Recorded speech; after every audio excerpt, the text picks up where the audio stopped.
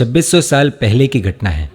भगवान महावीर ने दीक्षा लेकर, अपने स्वजनों की अनुमति लेकर विहार करके क्षत्रिय कुंड से निकलकर वे करमार नाम के गांव में पहुंचे। जब भगवान की दीक्षा हुई थी तब इंद्रदेव ने उन पर वासक्षेप की वृष्टि की थी।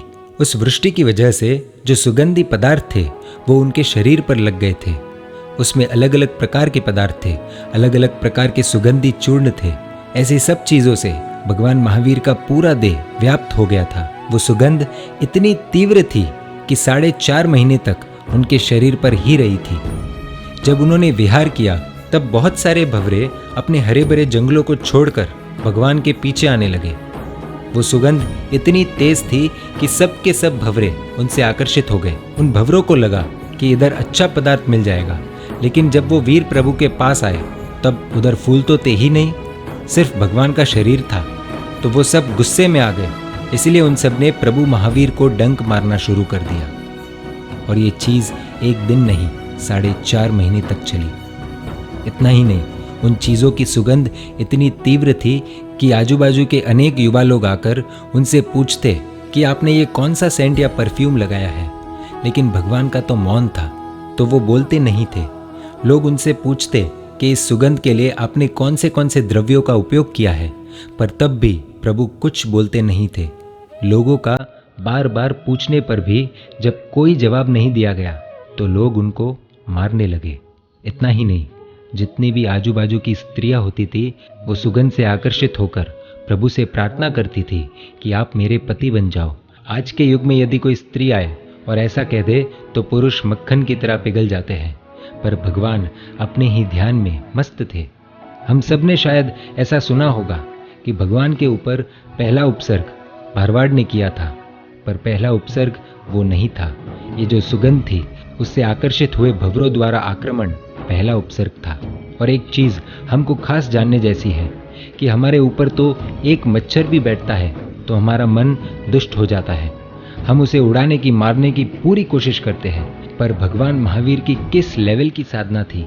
इतने सारे भंवरे, मच्छर तो बहुत दूर की बात, भंवरे को भी भगवान जरा सा भी नहीं उड़ाते थे। उड़ाना तो दूर, उड़ाने की सोचते भी नहीं थे। ऐसे पवित्र भगवान महावीर को हमारा वंदन है। हर समय में ऐसे लोग होते ही हैं जो बहुत मॉडर्न होते हैं। उदाहरण के लिए, जैसे कोई मॉडर्न परफ्यूम लगाकर जाए तो लोग पूछते हैं कि कौन सा परफ्यूम लगाया है, कौन से ब्रांड का है। वो चीज़ तब भी होती थी। भगवान के सामने भी ऐसे अनेक प्रश्न आते थे। उन परिस्थितियों से प्रभु वीर को भी गुजरना पड़ा था। लेकिन फर्क सिर्फ इतना है कि तब भी भगवान अपनी समाधि में मस्त रहते थे, कभी भी विचलित नहीं होते थे। स्त्रियों द्वारा उपसर्ग आने के बावजूद भी अपना मन विचलित नहीं होने दिया, क्योंकि उन्हें ये पता था कि ये सब चीज़ें जो हो रही है मेरी साधना में प्रतिबंधक है। यदि हमारा गोल पक्का हो तो उनके अंदर आने वाली आपत्तियों को प्रभु महावीर की तरह हमको सहन करनी है और उनको दूर करके भगवान की तरह ही मोक्ष पद पर जाना है। सिर्फ सोचिए, अगर हमारे पीछे एक साथ में 3 मधुमक्खी भी पीछे पड़े, हम उनसे बचने का कितना प्रयत्न करते हैं।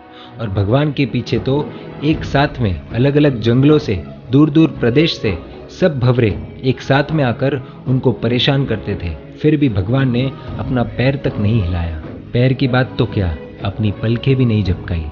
भगवान की साधना को अंतर मन से हम सब नमस्कार करते हैं और जल्दी से हमें भी ये साधना मिले, भगवान से यही प्रार्थना करते हैं। चैत्र सुदी 13 प्रभु महावीर का जन कल्याणक है। इन छोटी छोटी साधनाओं को हम याद करके उनका सच्चा उपकार माने कि आपने हमको खुद के चरित्र से इतनी सारी अहिंसा सिखाई है।